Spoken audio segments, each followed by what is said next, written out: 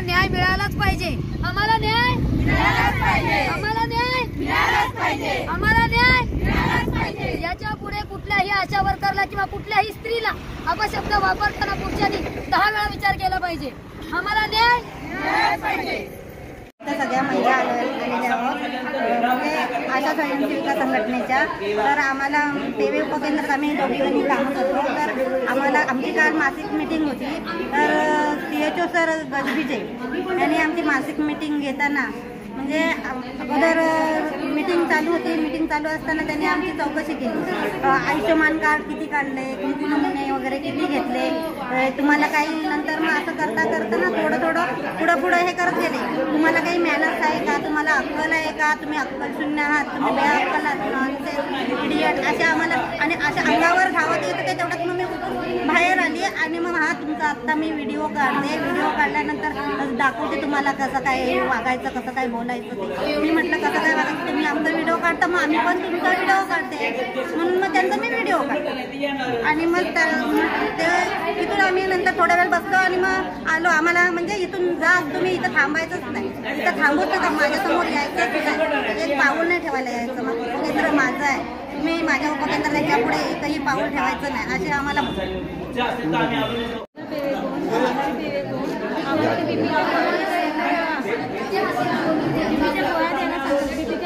Allowed नाही आहे आम्हाला गोळ्या द्यायला, तरी आम्ही काय द्यायचं? एक आम्ही 11वी शिकलेले आशा, त्याच्यात आम्ही ते असताना आम्ही काय गोळ्या द्यायचं? आहेत ना ते त्यांना पगार भेटतो का? आम्हाला पगार भेटत नाही ना, आम्ही माणसांना देतो, आम्हाला जे फिरतीचं काम भेटतं तेच आम्हाला पगारवरती आम्ही देतो। अजून काय आहे ना, हे BP शुगरच्या गोळ्या आम्हाला वाटप करायला सांगतात। तुम्ही नसताना तुम्ही इथे येऊन बसा आणि तुम्ही अंगणवाडीतल्या बाई येतात त्या इथं येऊन गोळ्या औषधं देतात, ते तुम्हाला शोभतं का आपल्याला? तुम्हाला मग तुम्ही येऊन इथं बसा आणि BP शुगरच्या गोळ्या तुम्ही द्या। तुम्ही आमचं काम नसताना सुद्धा आम्ही कसं करायचं ते काम?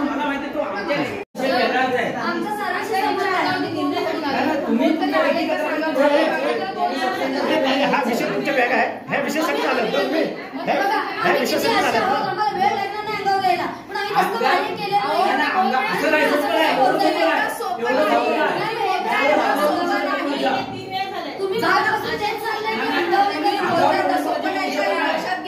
चुकीचे वर्ड वापरताय। बरं ह्याला काय करायचं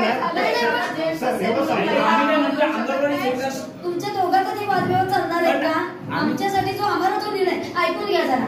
आमचा आहे ना काल ऑडिओ जो तयार केलेला तो सरांपर्यंत आलेला आहे, त्यांनी तो ऐकलाय। त्याच्यामध्ये अपशब्द आशाताई CHO सरांना बोलले की हे त्यांना बोलले, हे सगळं ऐका आणि ह्याच्यावर आम्हाला निर्णय द्या। म्हटलं त्याच्यावरून काय म्हटलं, त्यांची तक्रार जास्त आहे, त्यांची तक्रार बरोबर आहे, जास्त आहे। मी काय पहिल्यांदाच म्हटलं काय आपले म्हटलं काय येणार त्यांचं संघटन असणार, अँकरिंग केले काय केले म्हणजे आम्ही जमा आहोत आणि संघटन आहोत, आशा सेविकांचा प्रश्नच नाही। आणि त्या मी सांगितले ते का आले ते पण कारण माहिती नाही, ते ऑफिशियल काम प्रश्न वेगळा आहे।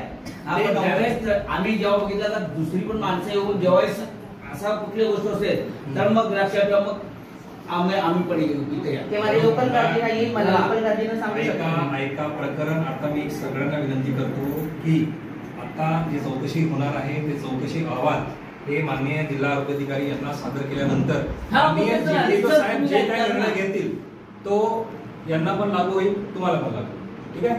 तर त्या अनुषंगाने आपण इथं कुठलाही दुसरा काही वाद न घालता प्रकरणाशी जे आहे त्याच्याशी आपण संलग्नित राहू, कुठलाही आपण वाद न घालता, कारण प्रत्येकाला काम करायचं। आणि हे खातं हे आरोग्य खातं आहे, मी विनंती करून सांगतोय, आरोग्य खातं हे खूप संवेदनशील खातं आहे। डॉक्टर इथे जे आहे, इथे प्रत्येक गरोदर स्त्री, लसीकरणाची बाळं हे सगळे आशा वर्कर CHO यांच्या याच्यावर चालू आहे। मला सगळ्यांना विनंती आहे की इथला कुठेही राजकीय किंवा जातीय रंग देऊ नका। माझी